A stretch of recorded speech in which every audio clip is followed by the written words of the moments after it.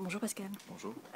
On a parlé de la forme des rumeurs, mais quel est le fond? Sur quoi portent les rumeurs en général? Bon, sur tous les sujets, il faut le dire. Mais en fait, les rumeurs, c'est comme l'information, ça circule bien lorsque ça parle de quelque chose de nouveau, de quelque chose d'anecdotique, un peu accidentel. On pourrait appliquer la même règle que pour l'information. Il faut les 3 S, du sexe, du sang et de la sueur. D'accord.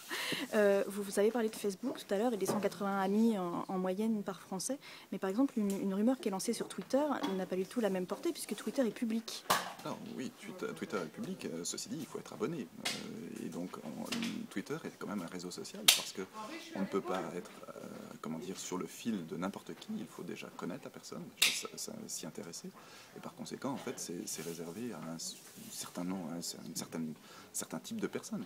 Alors, ce qui est assez particulier, c'est que Twitter est aussi beaucoup connu et de manière, comment dire, c'est quasiment un outil pour eux dans le monde des journalistes. Alors évidemment, si vous faites circuler dans le réseau des journalistes une information, une rumeur, eh bien, vous avez toutes les chances pour qu'on en reparle ensuite dans votre famille. Vous avez un compte Twitter, Pascal?